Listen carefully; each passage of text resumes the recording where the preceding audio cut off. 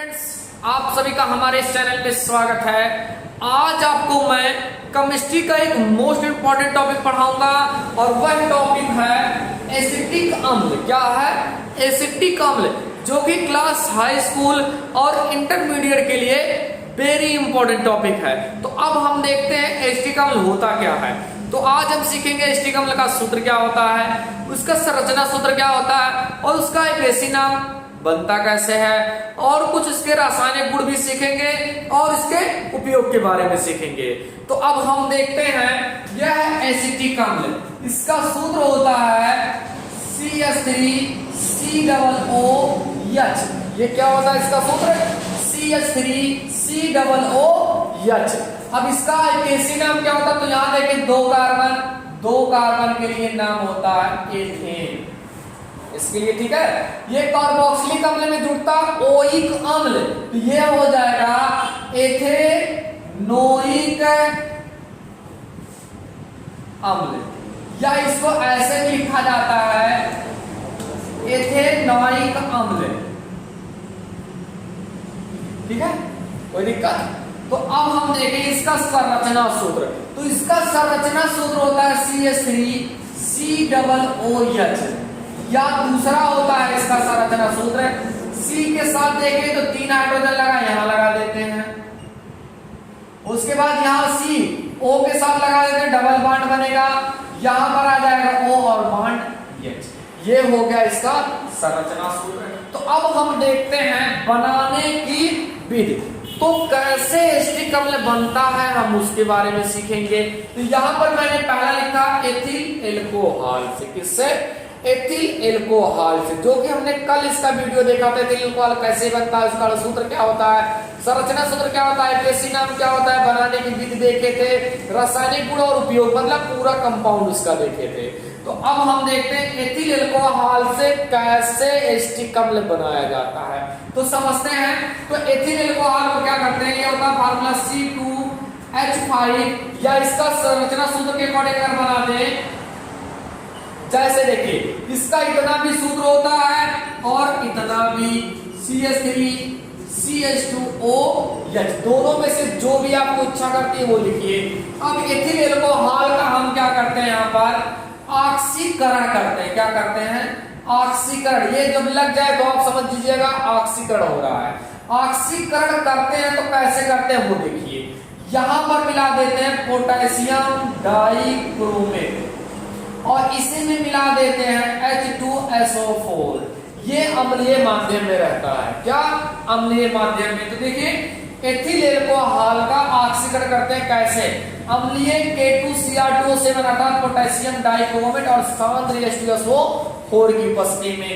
इसके साथ जब क्रिया करते हैं तो H2 और वो ये क्रिया करके अपना जल अलग हो जाएगा, और उसके बाद बचेगा क्या? यहां से देखें, यहां से बचा CH3, यहां से देखें COH, तो इसको ऐसे लिखा जाता है CHO, ये बन जाता है एस्टल्डिहाइड। और हमको बनाना एसिटिक अम्ल, इसका फार्मूला होता है CH3COOH। तो हमको ये बनाना है। तो एस्टल्डिहाइड को पुनः क्या करते हैं? ऑक्सीकरण कर देते हैं। तो इसका फार्मूला आया CH3CHO, इसी को बोला जाता है। इसका पुनः ऑक्सीकरण कर देंगे। ऑक्सीकरण कैसे करेंगे? इन्हीं की उपस्थिति में, अम्लीय पोटेशियम डाइक्रोमेट और सांद्र सल्फ्यूरिक अम्ल की उपस्थिति में। तो इसके साथ क्रिया करेंगे तो जो ये ऑक्सीजन इस कार्बन के साथ आ जाएगा, अर्थात बन क्या जाएगा CH3COOH। तो हमारा यहां से क्या बन जाता है? एसिटिक अम्ल। तो इसकी हिंदी कैसे लिखते हैं वो जरा समझिएगा। तो इसकी हिंदी होती है एथिल एल्कोहल। ये दोनों फार्मूला एथिल एल्कोहल का है। तो इसको कहते हैं एथिल एल्कोहल से एसिटिक अम्ल बनाने के लिए एथिल एल्कोहल का ऑक्सीकरण अम्लीय पोटेशियम डाइक्रोमेट तथा सांद्र सल्फ्यूरिक अम्ल की उपस्थिति में करते हैं, जिससे बनता है एसिटल्डिहाइड। एसिटल्डिहाइड को पुनः ऑक्सीकरण करते हैं अम्लीय पोटेशियम डाइक्रोमेट और सांद्र सल्फ्यूरिक अम्ल की उपस्थिति में, जिससे हमारा क्या बनता है? एसिटिक अम्ल बनता है। तो अब हम देखते हैं अगली विधि इसकी। तो अगला रासायनिक गुण हम देखते हैं। अगला रासायनिक गुण है मेथिल साइनाइड से। क्या? मेथिल साइनाइड से। तो देखिए मेथिल साइनाइड के तनु अम्ल अथवा तनु क्षार द्वारा जल अपघटन से एसिटिक अम्ल बनता है। देखिए भाई, केमिस्ट्री जो है वो बहुत ही सरल और आसान होती है। बस आपको क्या करना है, कुछ आयन याद करना है, जो कि मैंने अपने प्लेलिस्ट में दे दिया है।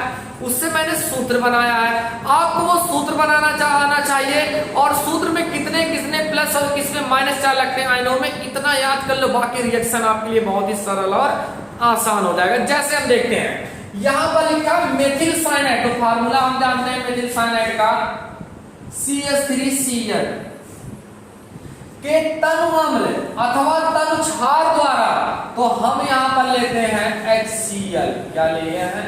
HCl। जल अपघटन, ये लीजिए जल के साथ क्रिया, यहां इसका 2 अणु ले लेना। कितना अणु ले लेना? 2 अणु। अब मेथिल साइनाइड को तनु अम्ल अथवा तनु क्षार द्वारा जल अपघटन करते हैं, तो देखिएगा जरा सा, यहां से 2 ऑक्सीजन है और यहां से CH3 ले लीजिएगा, CH3, और ये जो C है इसको भी ऐसे जो, लेकिन दोनों यहां से ऑक्सीजन ले लीजिए आप, हो गया ना। एक H यहां से ले लो, यहां से बन जाएगा, तो ये क्या बन गया? CH3COOH बन गया एसिटिक अम्ल। उसके बाद प्लस करके लिखेंगे, देखिएगा यहां से अगर हम देखें तो H2 2 हाइड्रोजन, यहां से 2 और 2 4 हाइड्रोजन, अगर यहां से N बचा, NH4, क्या बचा? NH4, इसमें एक प्लस क्या लगता है, यहां से Cl बचा, यहां से क्या आ जाएगा? NH4Cl, अमोनियम क्लोराइड बन गया, या इसी को बोलते हैं नवसाधर्मी। क्या बोलते हैं? नवसाधर्मी। अगला अगर हम देखें, अगला है एथिल एसीटेट से, किससे? एथिल एसीटेट से। यहां पर हम देखें एथिल एसीटेट के तनु अम्ल तथा तनु क्षार द्वारा जल अपघटन से एसिटिक अम्ल बनता। तो देखिए जितना हिंदी लिखा है, यदि आपको ये हिंदी समझ में आ गया तो रिएक्शन आपके लिए बहुत ही सरल। जैसे देखिए यहाँ लिखा एथिल एसीटेट, तो एथिल एसीटेट का सूत्र क्या होता है? अभी हम लोग कल ही देखे, CH3COO और C2H5, ये इतना एथिल, इतने को बोलते हैं एसीटेट, ये हो गया एथिल एसीटेट। तनु अम्ल तथा तनु क्षार वाला जल अपघटन, ये लो भैया जल अपघटन कर देते हैं, किसकी उपस्थिति में? H प्लस लगा देना या तो OH माइनस लगा देना, अम्ल या क्षार दोनों की उपस्थिति लगा सकते हैं। तो यहाँ देखिए ये भैया, इसको कल तोड़े तो H प्लस में टूटा था, ये किस में टूटा था? OH माइनस में। इतना जानते हैं प्लस चार्ज होता है और इतना जानते हैं माइनस चार्ज। ये प्लस वाला क्रिया करेगा माइनस के साथ और ये प्लस वाला क्रिया करेगा इस माइनस के साथ। तो यहां से देखें तो ये है CH3COO, एक प्लस एक माइनस चार्ज कट जाएगा, यहाँ H आ जाएगा। यहाँ देखिए C2H5 एक प्लस चार्ज OH में माइनस चार्ज, तो यहाँ बन जाएगा अपना, यहाँ प्लस करके हम नीचे लिख दे रहे हैं C2H5 और यहाँ आ जाएगा OH। ये बन गया हमारा एसिटिक अम्ल, ये बन गया एथिल एल्कोहल। यही क्रिया हमारी, तो यहाँ पर देखें COO, इसको एस्टर भी बोला जाता, तो यह क्रिया एस्टरीकरण भी कहलाती है। तो अब हम देखते हैं अगली विधि। अगला विधि हम देखते हैं, अगला विधि है एसिटेमाइड से क्या बनाना हमको? एसिटिक अम्ल। तो यहाँ पर देखें एसिटेमाइड पर नाइट्रस अम्ल की क्रिया से एसिटिक अम्ल बनता है। तो हमें क्या करना है, जो सूत्र है उस सूत्र जाने। जैसे एसिटेमाइड, तो इसका सूत्र होता है CH3CONH2, ये होता है एसिटेमाइड। इसके कारण नाइट्रस अम्ल, तो इसका फार्मूला होता है HNO2, ये हो गया। से क्रिया करा दे तो हमारा क्या बन जाएगा? एसिटिक अम्ल। देखिए कैसे, यहां से देखें तो ये दोनों हाइड्रोजन और इस ऑक्सीजन से क्या निकल जाएगा? जल निकल जाएगा। यहाँ ये नाइट्रोजन इस नाइट्रोजन के साथ क्रिया कर लेगा तो नाइट्रोजन गैस बाहर निकल जाएगा, जल और नाइट्रोजन निकल गया। देखते हैं क्या क्या चीज बचा। यहां से बचा CH3C, यहां से दोनों ऑक्सीजन बचा, तो दोनों ऑक्सीजन को ओपन कर दो COO, यहां से क्या बचा? H बच गया। क्या बन गया? ये हमारा एसिटिक अम्ल बन गया। तो एसिटेमाइड से हमने देखा एसिटिक अम्ल कैसे बनता है। नाइट्रस अम्ल को एसिटेमाइड के साथ क्रिया कराते तो हमारा एसिटिक अम्ल बनता है और नाइट्रोजन गैस क्या हो रहा है, मुक्त हो जाता है। तो अब हम देखते हैं इसका रासायनिक गुण। तो रासायनिक गुण में नंबर 1 है क्षारकों के साथ क्रिया। क्या?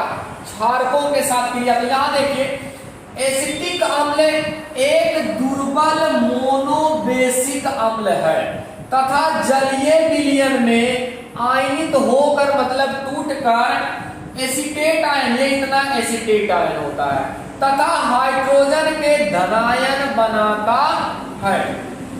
इसके अम्लीय गुण के कारण एसिटिक अम्ल जो होता है वो अम्ल होता है। यह क्षारकों के साथ अभिक्रिया करके लवण बनाता है। आप भी जानते होंगे अम्ल और क्षार आपस में क्रिया करा दीजिए तो क्या बन जाता है, लवण और जल। तो अम्ल को यदि मैं क्षार के साथ जैसे एसिटिक अम्ल, जैसे इसका उदाहरण देखें, यह एसिटिक अम्ल का सूत्र CH3COOH। आप भी जानते हैं जो चीज बन जाता है सदैव रासायनिक गुण में उसी से क्रिया कराई जाती है, हमारा बना एसिटिक अम्ल।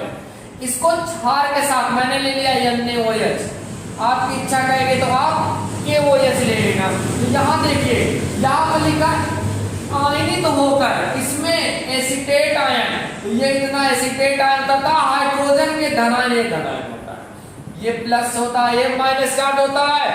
मैंने आपको आयन बताया है, आप लोग मेरे प्लेलिस्ट में जाइए और उसे अच्छे से देखिए। कम से कम आपको 15 से 2000 फार्मूले 20 से 25 मिनट में सीखना है। तो यहाँ देखिए ये प्लस चार्ज इस माइनस के साथ क्रिया करेगा, ये प्लस चार्ज इस माइनस के साथ क्रिया करेगा, H प्लस OH माइनस, यहाँ बन जाएगा जल। यहाँ से देखें तो ये इतना माइनस ये प्लस है तो यहाँ से बन जाएगा CH3COO और यहाँ पर यानी ये बन गया सोडियम, ये इतने को बोलते हैं एसीटेट, तो हो जाएगा सोडियम एसीटेट और जल, यही इतना लवण भी कहलाता है। और देख ले जैसे हम यह एसिटिक अम्ल, इसको हम क्रिया करा दे रहे हैं NaHCO3 सोडियम बाइकार्बोनेट, अर्थात ये खाने का सोडा भी है, इसके साथ भी क्रिया कराएंगे सेम बनेगा। जैसे देखिए अब एक विशेष बात आपको बताता हूं, जब भी CO3 आए तो इतने को तोड़िए CO into O में सदैव, ठीक है, इतना समझ गए आप। तो यहां से देखिए तो ये कार्बन डाइऑक्साइड एक गैस है और आप भी जानते हैं गैस जैसे ही थोड़ा सा टाइम पाया वो लीकेज होकर उड़ जाएगा, ये गैस का चिन्ह है।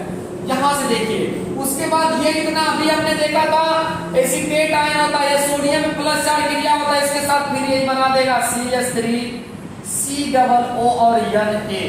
और देखें तो यहाँ पर देखें एक H यहाँ बचा, एक H यहाँ बचा, एक O बचा, तो क्या हो जाएगा H2O, ये हमारा बन गया जल। ये इतना भी लवण कहलाता है और ये इतना जल, ये कार्बन डाइऑक्साइड। और देखें इसका उदाहरण जैसे यह CH3COOH, इसकी क्रिया करा दे रहे हैं अमोनिया के साथ, क्योंकि ये सब क्षार है। क्या है? सब क्षार है, ये सब अम्ल है। अम्ल और क्षार आपस में क्रिया करके लवण और जल ही बनाते हैं। तो यहां से क्रिया करेगा तो ये हाइड्रोजन इसके साथ जुड़ जाएगा, तो ये हो जाएगा CH3COO और यहां बन जाएगा NaH4। NaH4 को बोलते हैं अमोनियम, इतने को बोलते हैं एसीटेट, हो जाएगा अमोनियम एसीटेट। परंतु ये जो अमोनियम एसीटेट है ये एक बार क्रिया और करता है, अर्थात इसको एक बार गर्म कर दीजिए। हमारा बना CH3COO और ये NaH4, इसको क्या करना है? अधिक गर्म करना है। अब जैसे ही गर्म करेंगे दो हाइड्रोजन इस ऑक्सीजन के साथ क्रिया कर लेगा तो यहां बना देगा जल। अब इसके बाद यहां से देखें क्या क्या बचा, CH3CO, यहां से बचा N और दो हाइड्रोजन, ये बच जाएगा NaH2, इतने को बोलते हैं एसिटेमाइन। अभी अभी हमने क्रिया कराया था। तो यहां पर हमने क्या सीखा, यदि क्षारकों बोले तो एसिटिक अम्ल को क्षारकों के साथ क्रिया करा दे तो वो लवण और क्या बनाएगा, जल। यही क्रिया होती है क्षारकों के साथ। तो अब हम देखते हैं दूसरा इसका रासायनिक गुण, यह है स्थिरीकरण। Very very important question. जो कि 2022 में आना लगभग तय। स्थिरीकरण अभिक्रिया जो है ये क्लास हाई स्कूल और इंटर इस तरह पूछा जाता है कि स्थिरीकरण अभिक्रिया होती क्या है। तो अब हम समझ लेते हैं स्थिरीकरण क्या होता है। जिस प्रकार अम्ल तथा क्षार की अभिक्रिया से लवण तथा जल बनता है, उसी प्रकार अम्ल तथा एल्कोहल की अभिक्रिया से एस्टर बनता है। क्या बनता है? एस्टर तथा जल बनता है। इस अभिक्रिया को स्थिरीकरण कहते हैं। आप जानते हैं अभी अभी हमने देखा था अम्ल और क्षार आपस में क्रिया किए तो लवण और जल बना था। ये डिफिनीशन भी है कि उदासीन अभिक्रिया किससे कहते हैं? जब अम्ल क्षार आपस में क्रिया करा दीजिए तो उदासीनकरण हो जाता है। तो यहाँ पर भी देखें अम्ल अर्थात एसिटिक अम्ल, जैसे मैं यहाँ ले लिया CH3 COOH, उसके बाद इसको एल्कोहल के साथ क्रिया कराना। किसके साथ क्रिया कराना है? एल्कोहल के साथ क्रिया। तो ये होता है फार्मूला में लिया एथिल एल्कोहल का C2H5OH। और ये क्रिया होती कैसी है? तो सांद्र H2SO4 लगता है, अर्थात सल्फ्यूरिक अम्ल। कैसा रहे ये? सांद्र सल्फ्यूरिक अम्ल है। यहां से देखिए हम लोग आयन जानते हैं, उसी आयन के अकॉर्डिंग लगाएंगे जिससे कि ये देखते ही हमारा रिएक्शन का आंसर आ जाए। जैसे यहां से लेकर यहां तक ये इतना ऋणायन होता है, हाइड्रोजन प्लस चार्ज होता है, ये इतना प्लस चार्ज, ये इतना माइनस चार्ज होता है। हमें क्या करना है? प्लस वाले को माइनस साथ क्रिया कराना, इस प्लस वाले को इस माइनस के साथ क्रिया कराना है। यहाँ देखिए H प्लस और ये OH माइनस, तो यहाँ से बन जाएगा H2O, ये बन गया जल। अब इसके बाद यहां से देखें तो क्या बचा हमारा? ये इतना बचा CH3COO, एसीटेट है। यहां से प्लस चार्ज में एक प्लस चार्ज सेम बनेगा C2H5, ये बन गया एथिल एसीटेट। यहां पर देंगे COO, अगर COO आ जाए तो उतने को बोलते हैं एस्टर। क्या बोलते हैं? एस्टर बोलते हैं। तो यही अभिक्रिया क्या कहलाती है? स्थिरीकरण कहलाती है, जो कि बहुत ही इंपॉर्टेंट है भाई, बहुत मतलब बहुत ज्यादा इंपॉर्टेंट है। तो ये तो था स्थिरीकरण, इसे आप स्क्रीनशॉट भी ले सकते हैं। किसी भी प्रकार की किसी को कोई तकलीफ होती है किसी भी स्टूडेंट की, तो वो कमेंट बॉक्स में कमेंट कर दे। मैं आपको इससे और भी सरल से सरल तरीका सिखाऊंगा। ये तो अभी आपका बोर्ड का पेपर है, इसीलिए मुझे थोड़ा सा फास्ट चलना पड़ रहा है। जब मैं आपको चैप्टर वाइज पढ़ाऊंगा आपको बहुत ही सरल और आसान साइंस और मैथ लगेगा। तो अब हम देखते हैं इसी प्रकार अगला रासायनिक देखते हैं।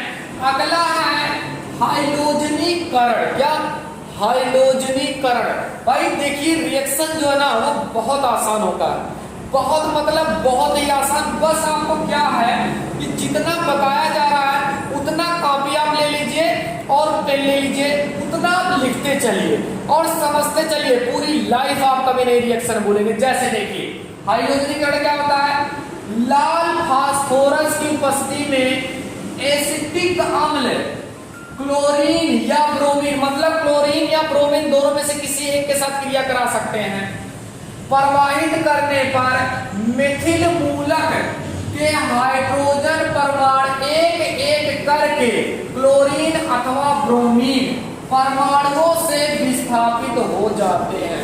तो इसका अर्थ क्या हुआ वो समझे। जैसे यहाँ लिखा लाल फास्फोरस की उपस्थिति में एसिटिक अम्ल, तो यहाँ पर हम लिख लेते हैं एसिटिक अम्ल का सूत्र। एसिटिक अम्ल का सूत्र होता है CH3COOH। ये हमारा एसिटिक अम्ल। इसको क्या करना है? लाल फास्फोरस में चाहे क्लोरीन से क्रिया कराओ चाहे ब्रोमीन से, तो मैं यहां करा दे रहा हूं क्लोरीन। इसकी उपस्थिति में लाल फास्फोरस की उपस्थिति में क्या लिखा है? प्रवाहित करने पर हाइड्रोजन परमाणु जो होता है हाइड्रोजन परमाणु एक एक करके क्लोरीन अथवा ब्रोमीन परमाणुओं से विस्थापित होता है। इसका अर्थ देख लीजिए आप, जो ये हाइड्रोजन है, क्या जो ये हाइड्रोजन है, जितने हाइड्रोजन है ये क्रिया तब तक चलेगी जब तक ये हाइड्रोजन खत्म नहीं हो जाता। यहां से एक हाइड्रोजन हटाएंगे तो एक क्लोरीन ले लेंगे और एक Cl यहां से बाहर एक Cl जो बचेगा इसके साथ रख देना। जैसे यहाँ देखिए एक हाइड्रोजन इसके साथ और एक क्लोरीन इसके साथ निकाल लेंगे तो क्या बाहर निकल जाएगा HCl। अब जो यहाँ से एक Cl बचा यहीं ले आके रख दीजिए, जैसे यहाँ से CH2 बचा, यहाँ से आ जाएगा Cl, ये इतने में नो चेंजिंग COOL। ये क्रिया मैंने क्या बोला, जब तक ये हाइड्रोजन खत्म ना हो जाता तब तक ये क्रिया करेंगे।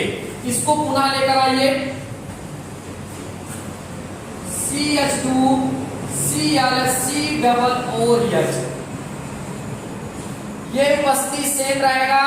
अब क्या करना है, यहां से देखिए आप यहां से फिर एक हाइड्रोजन हटाइएगा, एक Cl हटा दीजिए और एक Cl जो बचे यहीं ले आकर रख दीजिए, तो देखिए क्या होगा, फिर यहां से यह Cl बाहर आ जाएगा। अब क्या हुआ, एक हाइड्रोजन हटा तो CH बचा, एक क्लोरीन और आएगा यहाँ पर, तो यहाँ एक ऑलरेडी से तो कितना आ जाएगा Cl2 और एक COOH। अभी भी यहाँ हाइड्रोजन एक बार क्रिया और करा दीजिए, तो इसे ज्यों का त्यों लिख लीजिए आप। ये है CH है और यहाँ पर है Cl3, C2 है Cl2 और COOH, और इसी क्लोरीन के साथ आपको क्रिया कराना है इसी की उपस्थिति में। तो सेम एक हाइड्रोजन यहां से ले लो और एक Cl यहां से ले लो, क्या निकल जाएगा HCl। जो कुछ बचा एक Cl बचा, इसको ले लीजिए, यहाँ कितना हो जाएगा, इस बार 3 हो जाएगा, CCl3 COOH। यही क्रिया कहलाती है हाइड्रोजनीकरण। आप इसे स्क्रीनशॉट भी ले सकते हैं। अब हम समझ लेते हैं इसके नाम क्या होंगे। यहाँ पर हम देखें तो Cl एक है, कितना है एक, और एक के लिए नाम हम उपयोग करते हैं मोनो। क्या उपयोग करते हैं, मोनो। Cl का नाम होता है क्लोरो, मोनोक्लोरो। ये था क्या, एसिटिक अम्ल, मोनोक्लोरो एसिटिक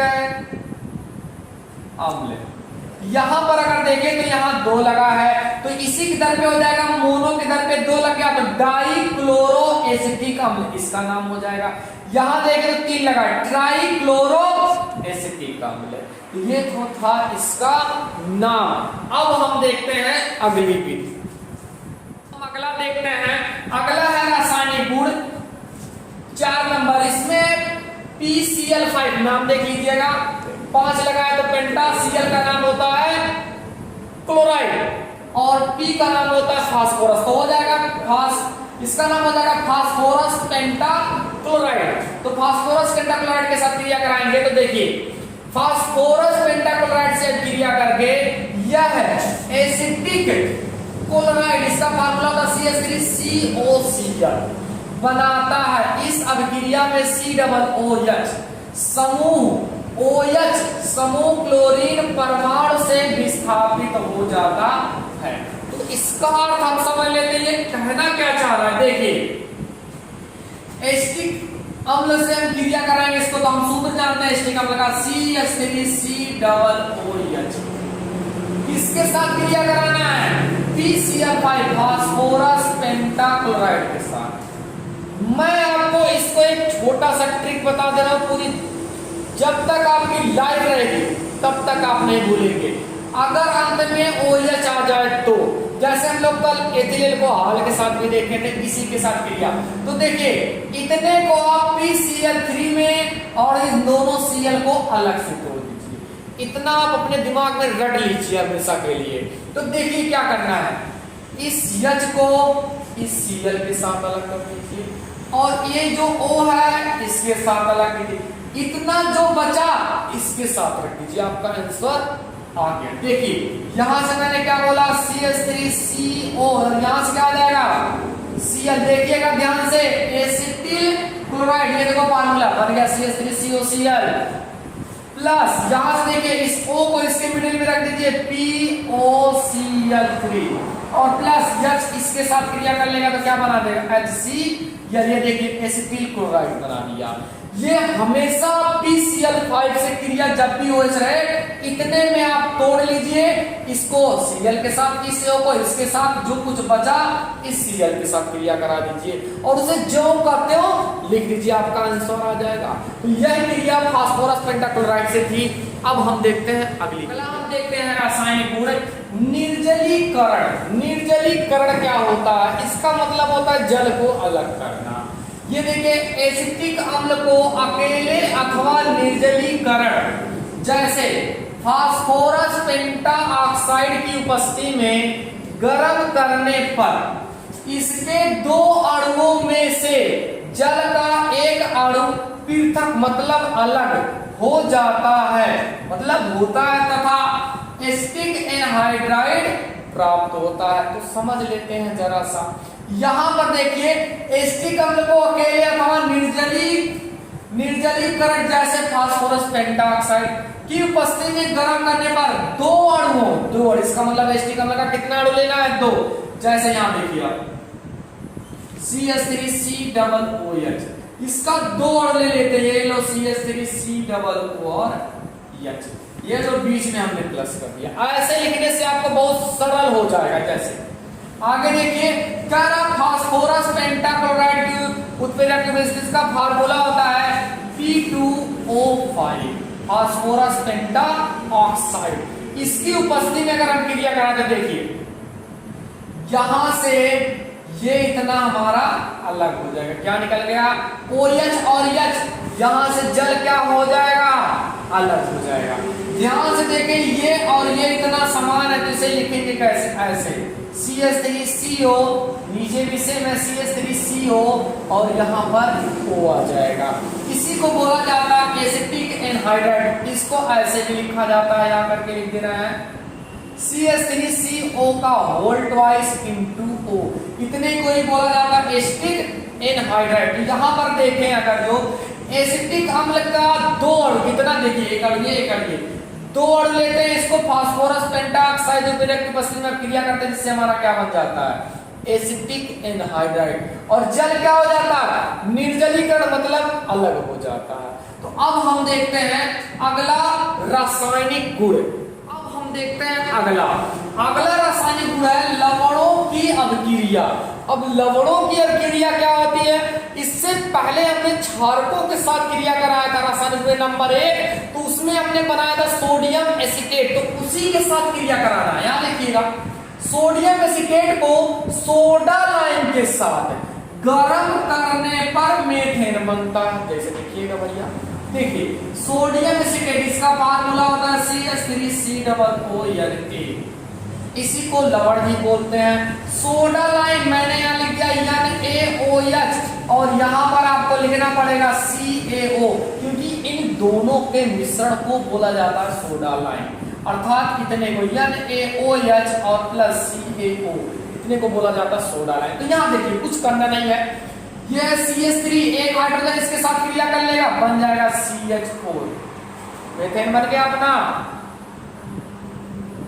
आगे देखिए तो एक सोडियम यहाँ, एक सोडियम यहाँ है, दोनों क्रिया कर लेंगे। यहाँ से देखिए CO है, तो वो वहां है, तो मिलके क्या बना देगा? सोडियम कार्बन,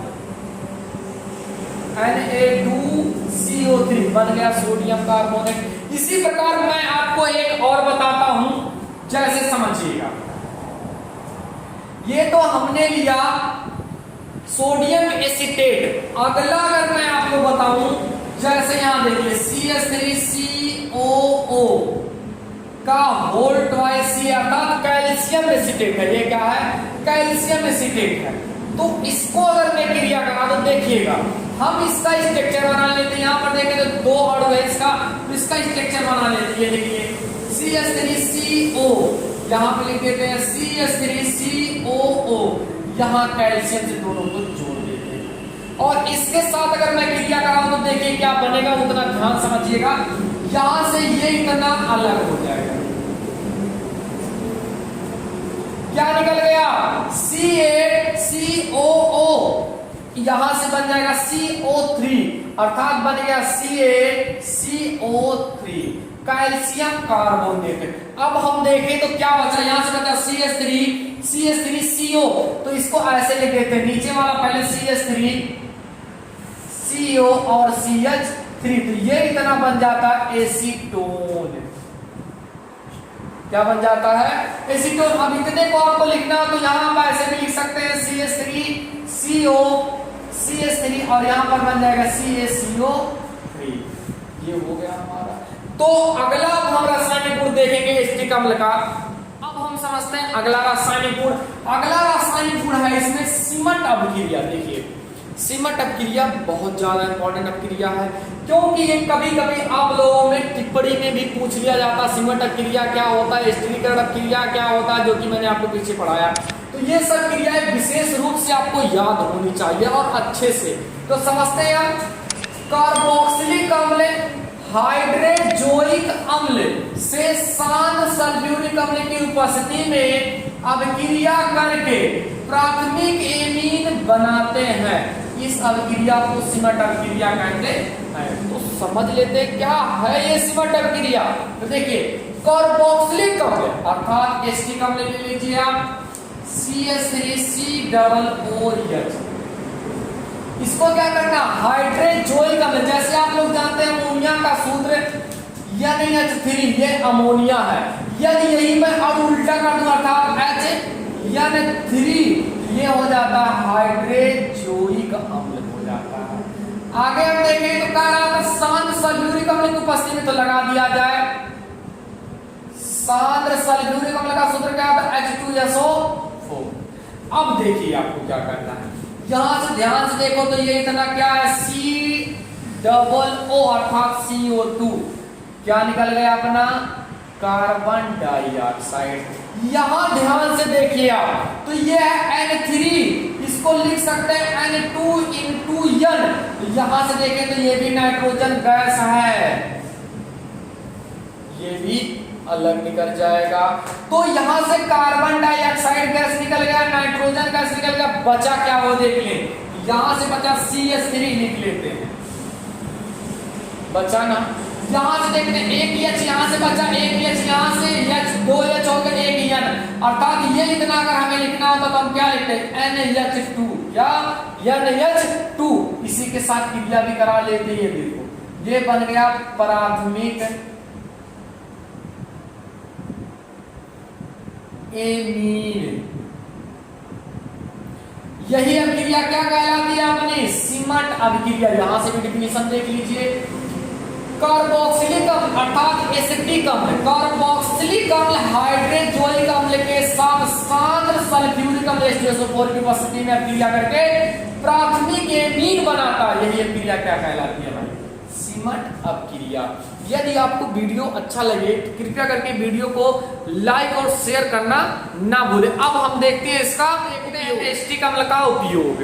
तो एसिटिक अम्ल का उपयोग नंबर 1 है, इसका उपयोग प्रयोगशाला में अभिकारक के रूप में किया जाता है। और दूसरा है इसका उपयोग एसीटोन तथा एस्टर बनाने में किया जाता है। और जो एसीटोन एस्टर होता है इसका उपयोग जो होता है इत्र, रंजक, प्लास्टिक तथा औषधियां बनाने में होता है। अगला हम देखें इसका उपयोग सफेद अर्थात कृत्रिम सिरका बनाने में, सिरका तो आप लोग जानते हैं भी होंगे भाई। तो इसका उपयोग सफेद अर्थात कृत्रिम सिरका बनाने में किया जाता है। अगला है इसका उपयोग लेड टेट्रा एसीटेट बनाने में किया जाता है, जो कि एक ऑक्सीकारक अर्थात ये जो लेड टेट्रा एसीटेट है ये ऑक्सीकारक। अगला है जो कि अंत का लास्ट है भाई, ये इसका उपयोग रबर के स्कंदन में किया जाता है। इसे भी आप स्क्रीनशॉट ले लीजिए। तो ये तो था एसिटिक अम्ल, हमने इसमें पूरा एसिटिक अम्ल का पढ़ा। तो इसी प्रकार का वीडियो पाने के लिए आप लोग हमारे चैनल को लाइक, सब्सक्राइब और शेयर करना ना भूलें। वीडियो देखने के लिए धन्यवाद। जय हिंद।